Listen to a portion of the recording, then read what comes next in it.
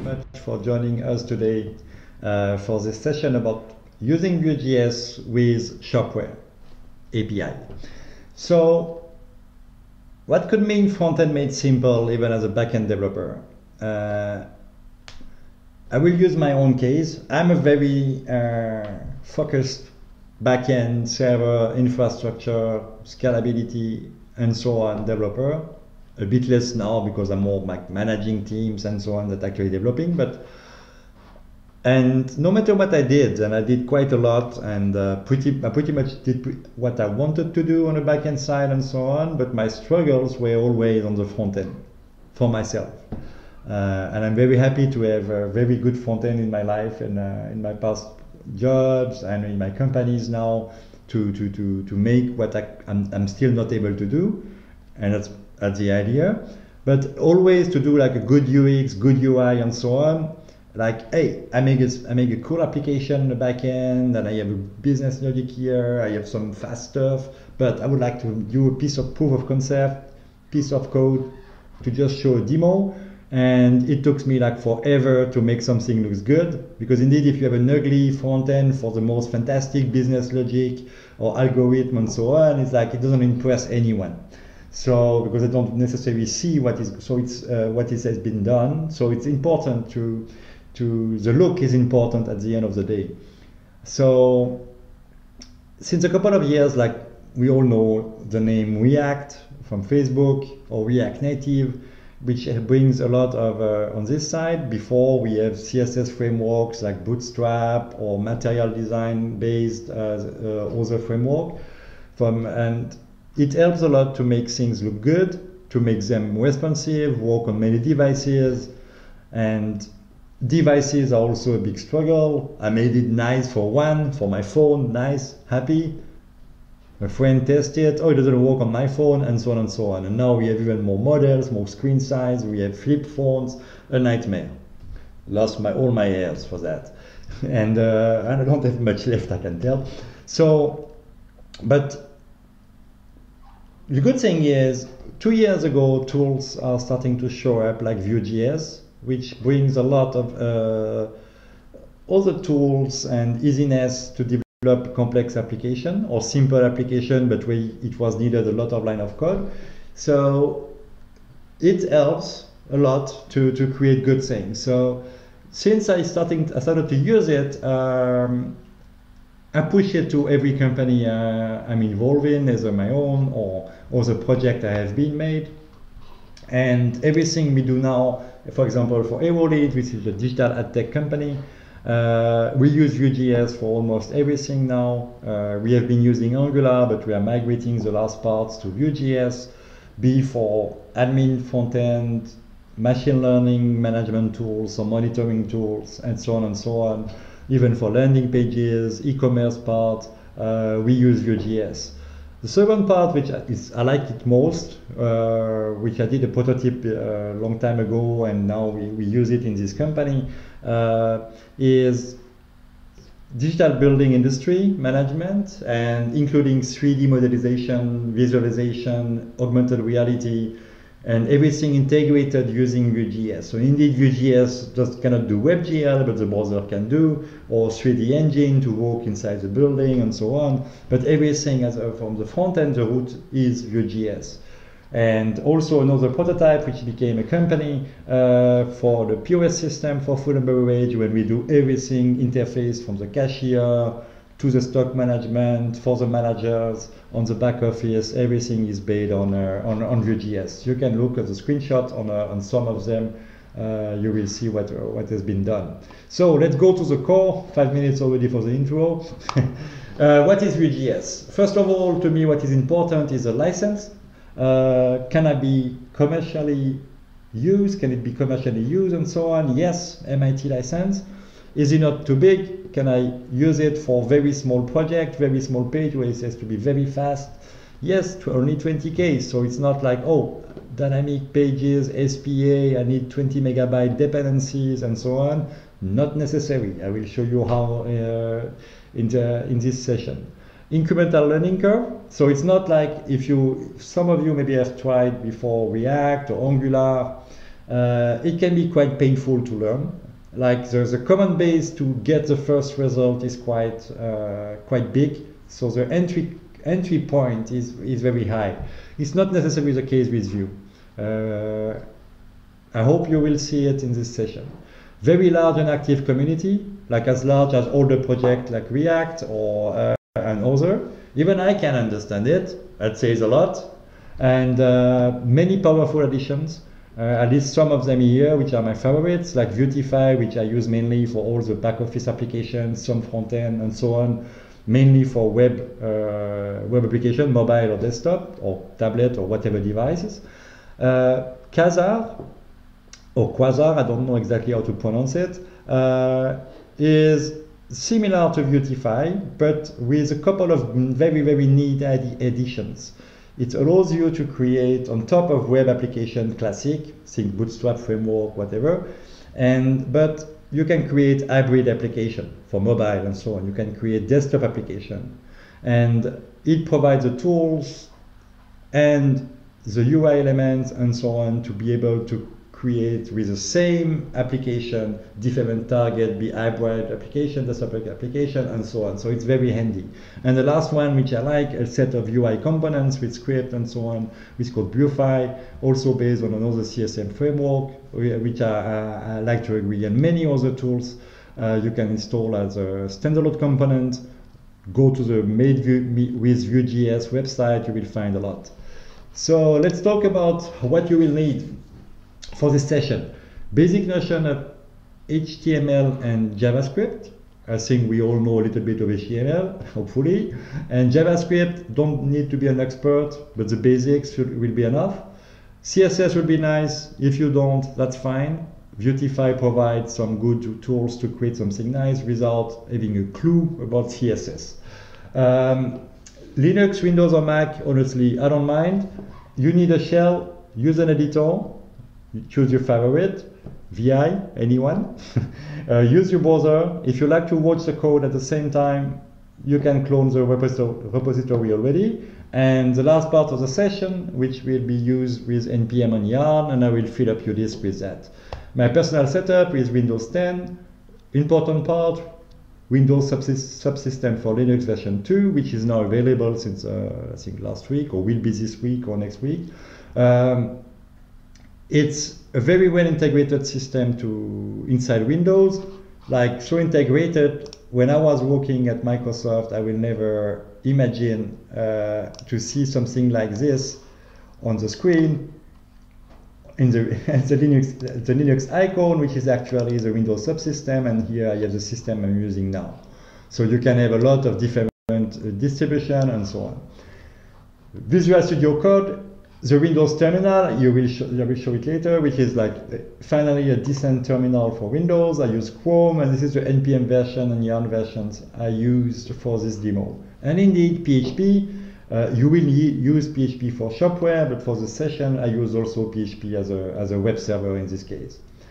So let's see the demo, enough of the talking. Let's check out our steps. So all steps we will have, for most of them, are tags inside, step 1, sorry, tags inside the repository. So I don't need this one. So this version we have here is the first page. So let's start first to see the result of it.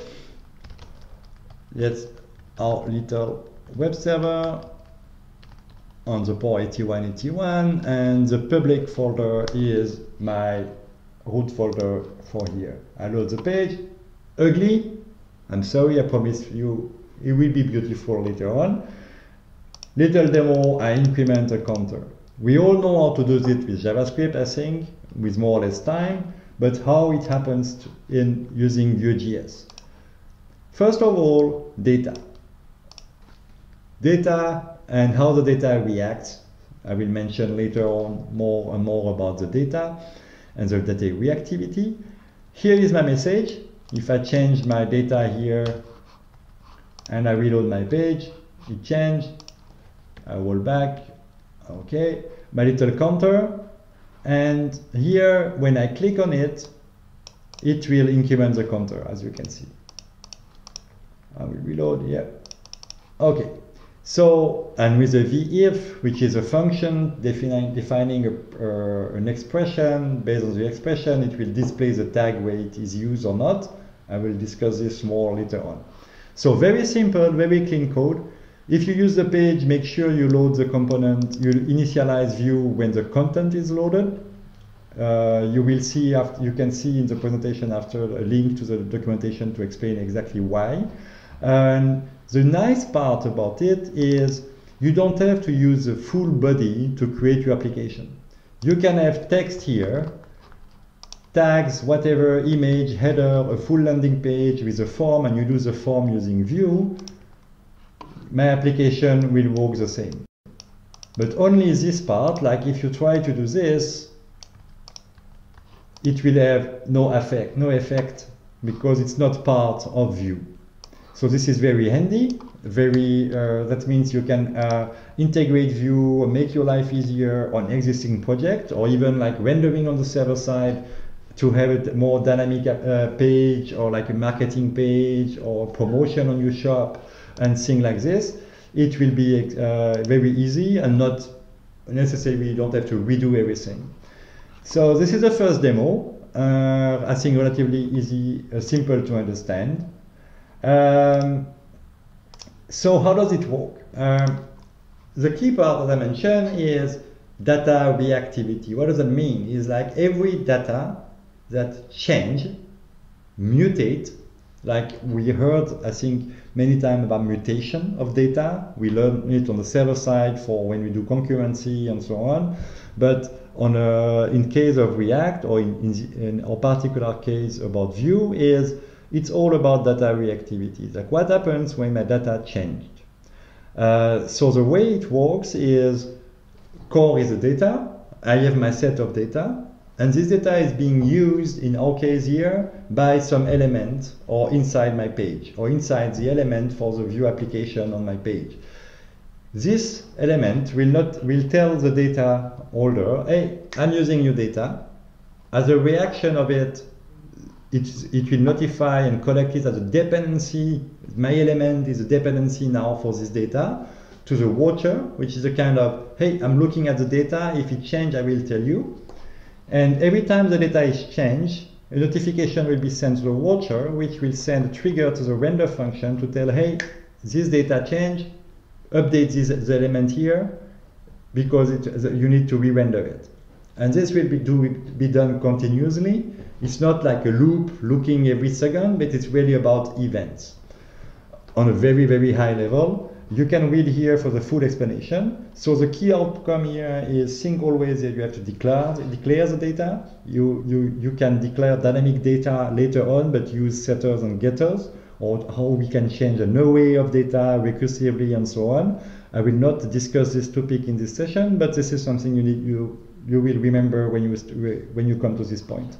So now about showing the code is, let's do a little loop to make a more advanced usage. Let's say we have an array of data and I want to see the loop. Okay, I start again my server, I run my little here, and I have, oh, John Doe Tsupachai for explaining to Min. How do I do that? Same as before, little addition here.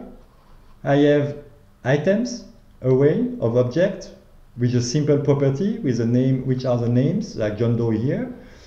How do I display it? My page didn't change much. I use an unordered list here, UL, with my ID. And here I have another command, a v4, which is like a for each, loop around all the item I have in my items data and display the messages. It is as simple as that. If I add a different data here,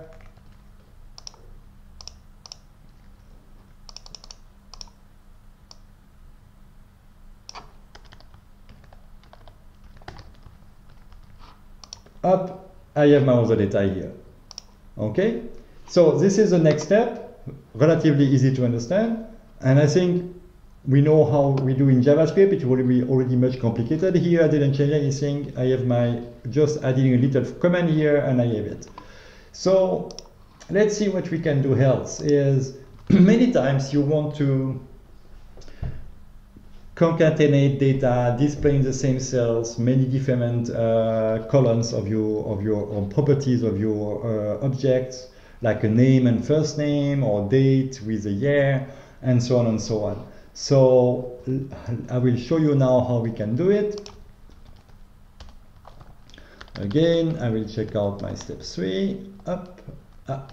I made modification. We don't care about them. Here we go. I will start already my web server. Up. Bundle server. Okay. Now we have a new area here. That's the topic. It's called a computed property. So what does it do? It shows me how many elements I have here. So let's see how it reacts. If I add an element, I only add an element, I don't do anything else. 5. So I didn't change anything, I didn't change any function, but my display here, which is the same syntax we have before, like the accolades, the name of my item, of my data, and here the same as before. So what we see is this part, because I made a little mistake a couple of seconds ago. I said the name of my data, but it's not actually data. If I look at my count item, unlike the other one, it's not part of data, it's part of the computed, which is a special method, which is considered as for view just like a data, but you can call a function here. In this case, all I do is item length, but I can do something like I want to make a simple thing like this. Oh, the data is only this. This is only 5.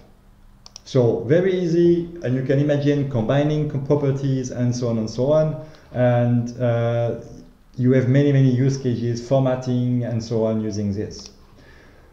The next thing we could do, which is very important, is how we bind an element to data. So we can get back the value, for example, an input field and so on. So let me show you how it is done.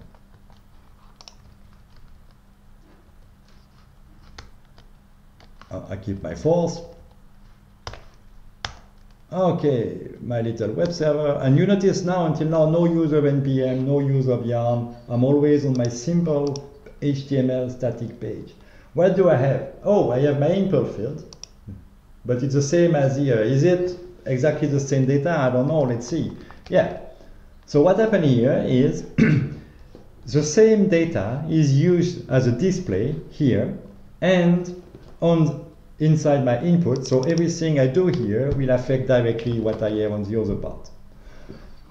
Let's see the code as it is done. Here is my input. What we have here is again the v dash and model. The model is actually the binding. So what we say is the model for the type text here is my hello message, which is here. Now, I could change to something else, but the good thing is, no matter how many times I use it, Vue doesn't care. He will take care for me. You can think about other usages, other data, more complex flow, more complex bindings. We have events, we have property, we have slots, a lot of things you can learn about it, but this is the way it all come down to this, how we can bind data to visualization. So, nice example. Imagine you have to do that in JavaScript. You will have like 10 times this code you have, and so on. So, and the last thing that it's rarely used, but it's a core concept, is how we can do like some simple animation and using style on our page. So let's move to the step number 5.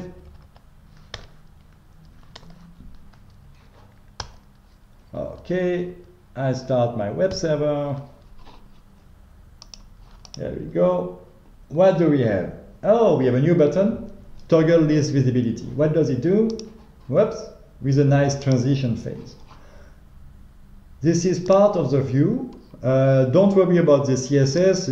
And please spare my life. Don't ask me how that works. Actually, I know a little bit. We change with during half a second the opacity. You can see it take half a second to go from opaque to full visibility or to full transparency. And how is it done? Is Vue provide an element that we have transition as a tag with a name. You recognize the fade here, which is used as a name here. And if I have no element, if I have the tag show list set to true, it will display it. If not, it will disappear. So what we have is we have a new data, which by default is visible. If I make by default false, it will not be visible. And I will show it like this. How I do, because I only change this, but my button is still working, how does that happen?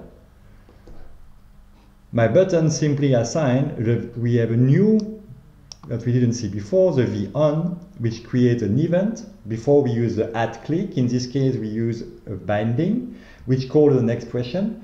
And this expression, what it does, it assigns, if you can understand it, it will assign the opposite of what the value is now. So if it was true, it will be false, and if it's false, it's true, which make a simple disable. This kind of trick you will see many Vue applications use a lot, or in front end, or we do that also in PHP, so exactly same idea.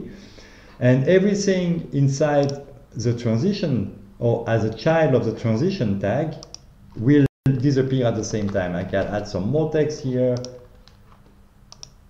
Let me reload the page. No. Sorry. Up. Let me make it here. It will be better. Up. Here. It was hidden, but not as a. It was not as a visible element in this case. So, as you can see, very simple addition. If you have some nice CSS on top, you can imagine some more usage for this kind of thing. Now, and now I hope you have some free space. We will move a bit more harder on what we want to do. So the key part, what we learned so far, if I may go here, before we move to fill your disk, is when we look at a Vue standard usage like this, is we have the element we have to define. We have our data section that we will use in our page or in our function or as a parameters, like I don't know what you may need here, which are statically defined. We have a property, a computed property, which we'll call a function, which will allow us to do many different calculation or concatenation, uppercase, whatever we need, and we can have custom methods. Here you don't have limit, you call your method, and you can call this method on an action like we have with the increment button here. Every property, every commands and so on we use inside the tag for Vue is prepend with a v' and then an if, a for, and so on. You also have the else, we don't talk about it now, and you usually don't use it because it makes the thing a bit more complex, but the same as in PHP or any language. So this is the core part. When you have this, you can already move quite fast and do quite a lot of things. But now we will move a bit more advanced and also a more friendly environment that we don't have to reload the page. Sadly, I have to leave the PHP server, so we will not use PHP anymore. So let's see now on our step 5. Okay. Sorry. I think it's a 5, but maybe it was a 6. Let me check 1 second. No. 6, sorry. I made a typo on my deck. a recording, but still you have to have the live demo effect. Okay, so what we have here, a few new files has been added. So the main part is here. You can see the full creator project with Vue.js here, but basically what you do, you need to install the Vue CLI using Yarn, and then you create your own project, just like you can do with Symfony on Laravel or Composer to create a project. I choose the merge if in this case, because I already have my simple page, I don't want to create a new one. Choose the default settings, or if you know JavaScript well, you can make your own design. And it will actually calling Yarn serve to actually create a server using NPM where we can see the change dynamically. I already prepared and doing pim install, so it only takes a bit of time here. Here we go. I have my page here. I reload. Sorry, a bit preview. This is a default view you do. Here, I will not. It's a default page you'd see. I will go quick because this is a default. Then what we do is we add the plugin. Already prepared in the step 7, so I will not running for you.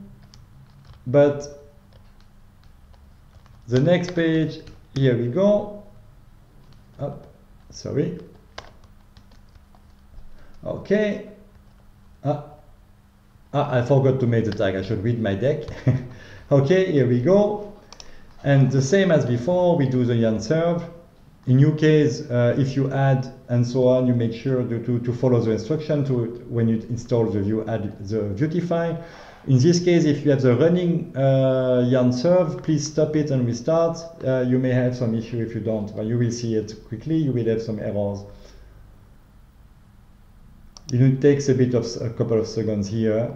This is something I cannot pre-prepared because I'm changing the modules every time. So Yarn will recheck all the modules and monitors them for changes and so on.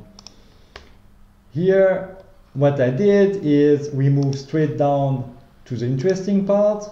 Let's make it nice with Vuetify. So the first step I did is what I like for example, a back office or a shop. When we start to add menu in this top area here is to add a top bar, which remain pretty much always the same, as you can see if I move my cursor here. So how does it look? From a code point of view, we have a few things. Packages JSON, we know it from Composer without dependency, so you can modify or upgrade the version. It will do it if you do updates. We have Vue config.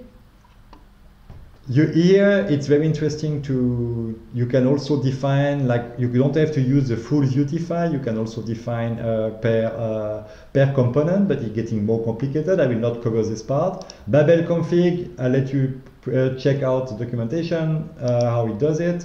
And now we have our public here. We have some new things, like we still have our simple, but we have our index.html. What is it? So here we have our famous, what we used before, the main application, ID app. And if we go, where is this part now in my Vue application? It is inside the source file on app here.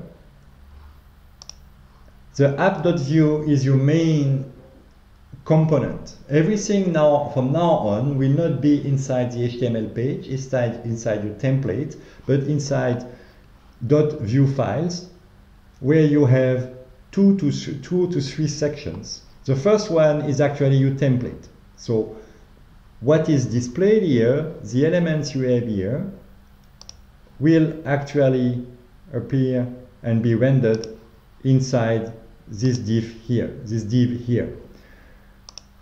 Now, the next section is, so this is my app bar. I will explain in a few seconds.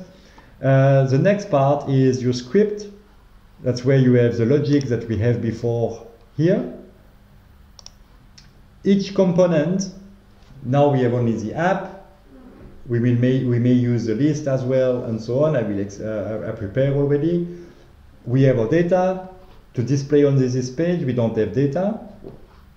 And later on, you can also have the style that you can scope only to be used when this component is used or loaded, or they will be global. Now, there is one tool I think you should be interested to see. You install the Vue Dev Tools. Interesting part about the Vue Dev Tools is as soon as you select it, you have actually a pretty good view. You see the root application, which match what you have in the, let me share I have my index, yeah, here, which basically what you have inside everything from here onwards. Little trick, at least for Vue 2, Vue 3 and so on will allow more, but you can have a single tag here. You cannot have two tags at the root level. So here I look, I have my app element, my VApp, my app bar, and the content, which is the list I will show after. I have my vimage, it's a Vuetify component, which also do transition, like if you want to do progressive loading and this kind of thing. So very simple to debug. The rest I will not cover in this talk. Vuex for the state management. I can see the event happening. If I have some event about my state management, you can go back in time. And the routing I'm not covering as well. And you can see the performance if you want to monitor how well perform your how well is your SPA or PWA perform. And here this is the virtual DOM. So the different component and how they worked out. And you can see directly here the property. So here I have like, it's already looking a bit better. Doesn't help us much, but let's see what we can do more. So next step, up. I will prepare a little bit our product list. Sorry, up. I skip the part with step 9 because we will be a bit short in time. So same as before, I do a yarn serve.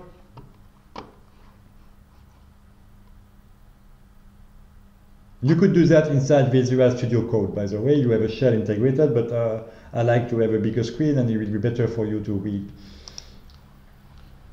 As soon as it's finished, it will load the page, but we can look a little bit at the code in the meantime. What did I did here? In this part, I still have my out part. I have my V content. And here I have something new, which is my list. What is that? It was already present before, but the topic is we are using finally a component. We are making our application modular. You can have a list of components, which is usually using the standard structure stored inside the component directory.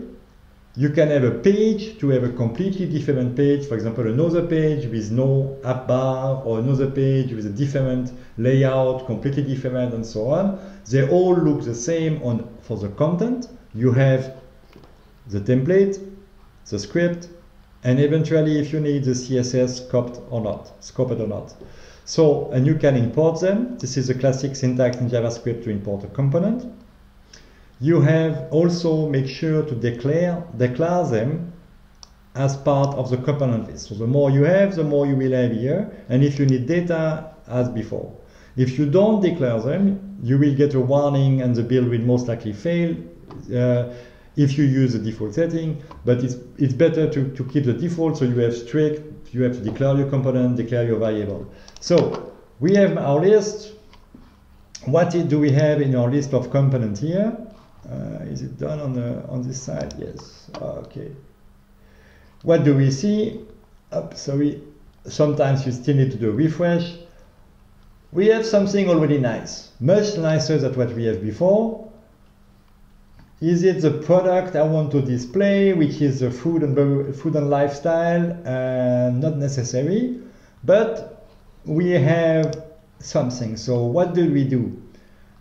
What I like to do is really in front end is I like to not make a strong relationship or like not couple the development of the front end based on do we have the back end ready. So what I do is I create static data. So same example as we have before.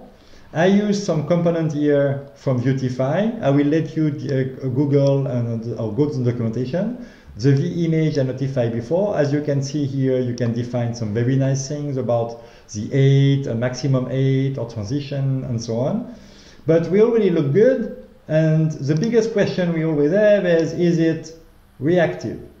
Yeah, so I didn't make the most, all the different breakpoints, but you can see here, if I move my screen and become too small, it will remove the 2 columns. And I didn't do anything here except using the standard framework we have and defining defining how many columns I have to display for a small screen or big screen. So if you look at the layout and documentation, every Flex framework, it's the name of the base, have 12 columns, and then you can define how many of these columns will be used, and so on based on the size of the screen. The same for images, the same for div. So you can change pretty much your layout based on the size of the screen, medium screen and short screen. That's what you see happening here. Like how many of the card will use, how many columns the card will use based on the column will use based on the size of the screen. So this is a column. Why it is important always to be inside a Flex container. I will let you discuss a little bit with this, but even I don't know that very well, when I started, I got my layout well. Here is a vCard, so let's see where they are here. I choose my view up. Same as before, VApp, my images here, my content, I have my list component here, my VApp and my vCard at the end. And here I have my 7 product, I can see, with my image, my button, and my action I have below here. So very easy to debug, very simple to do. What we can do next is using the same for the product list, but using the Shopware API. For this, what we need to do is we could use like the standard JavaScript function, but there is a package which I highly recommend to use, which is pretty much standard for Vue, but also other framework, which was Axios, which is a very powerful HTTP framework. So what did we change in our list component? If you were doing a real application, you will use more like complex services and so on and so on. But the main part we change here is this part. This simple command, call my API URL, which is defined here. I have my headers, which is you can find in your back office for Shopware. Define the key you have to use for the header.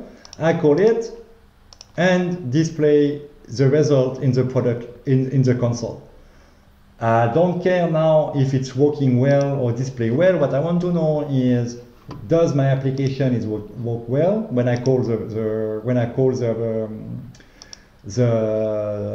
API? Sorry, I'm not trying to read a mentor. Yes, it's doing. So you see my. Let me show you the code here. My console log is here. I can see my data. I have my array with my product, which is the response, a big little tip for Shopware and for myself, how to read the documentation better and to return only the data I need, but for the purpose of the demo, I fetch all the fields, but you can usually, I think, as far as I remember, you can filter everything. So we have our API working. Now, how do I replace this part with my data? This is what we are going to see now.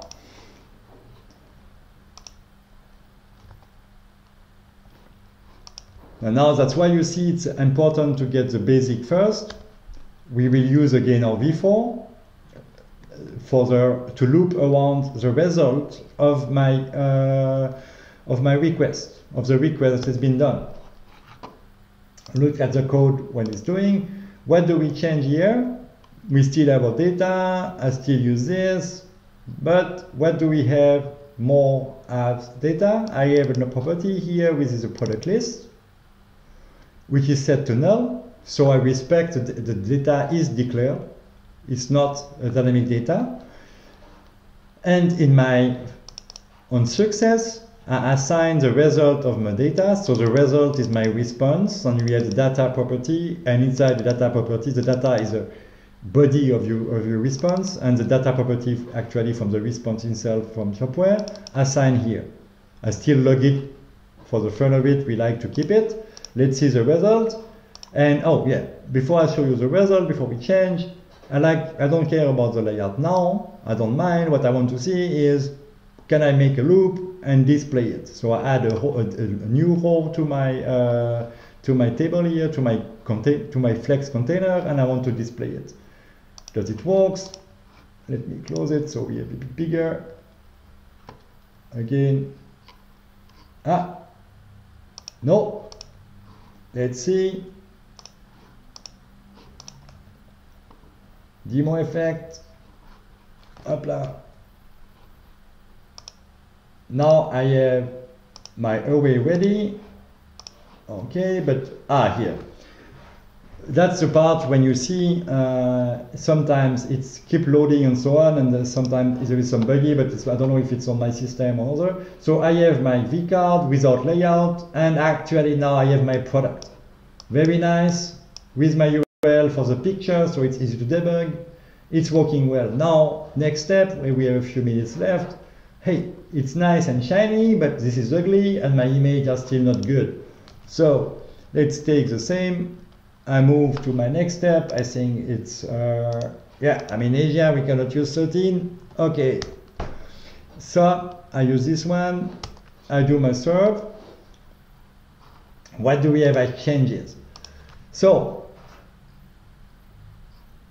same as before, assign the data here. And now here you will see I have a lot of little custom methods because I want to make it looks good. My data, I remove what I don't need. I have a filter that's a category I want to use, so it's helped me to actually fetch the correct category I need, which is here. And that's a filter you pass to your API to the Shopware. And here I replace in my vCard all my static data, all my item and so on. So same as before, but I look now through the product list. I use my image and my product description, etc., etc. So let's see how it looks now.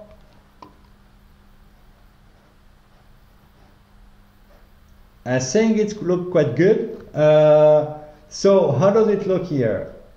How do I did this here? So you remember like the 3 dots here, because my text, as we saw before, and we see here, everything is too long, the format may be not correct. Here my title, my article name is too long, so it doesn't fit to my layout. It may work well if I make bigger, but I want to keep always the same look and feel. So this is where we came into the game with, for example, the truncate function here. So I display it like this, so we keep the same layout, which is used. For example, like here we have the get title. My image is not static anymore, it's not part of the loop. So, but I use this here. Why? I could use this directly, but I found it not so clean. So what I did is, hey, I don't want to replay to always write down that on different places where I can use the images. My pricing, I want to make it look good with a URL, with the formatting. This is for the GMAT format, but you can use another package to do it well. And the title, the same. I want to make a title with my price, which is formatted here, and the name of the article, which should not be too long, and the final title here. Sorry, up here, give me actually what I do here. Same as before.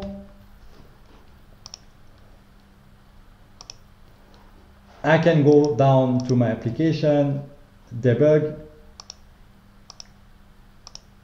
my list, my application, my card, my first one. I see my images with my size, which I defined before, the positioning, where are the picture, which is my URL, so relatively easy to debug. Keep in mind if you use Vuex and so on. Now, this is, as you can see, with explanation and so on, it took me going from a simple page to this, 45 minutes. I'll let you imagine what you can do without me talking next to you. What I will leave you for as an exercise behind this is finish the page, add some dialogues to show the product, to share on Twitter, Facebook, and so on. Make the component nicer, see what you can to create more modules, use environment variables to configure the URLs or promotion you want to see, and a better error handling. As soon as you have done that, you will have covered the basics. Homework number 2, but you will see it a bit more in the PWA, is how to use a router, how to use the state management, and so on. But the core concept now have been covered. I hope you enjoy a little bit and you learn something. And let's ask the question you may have right now. Thank you very much for listening and watching this.